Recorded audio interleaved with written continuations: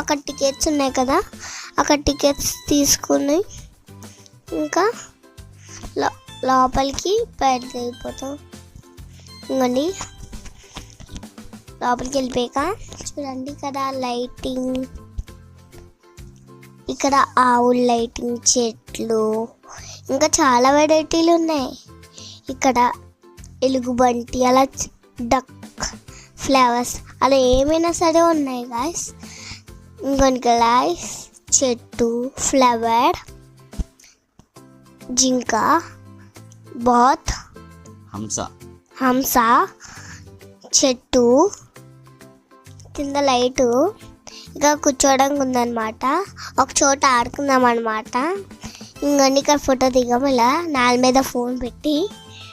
mushroom mushroom ఇవి penguins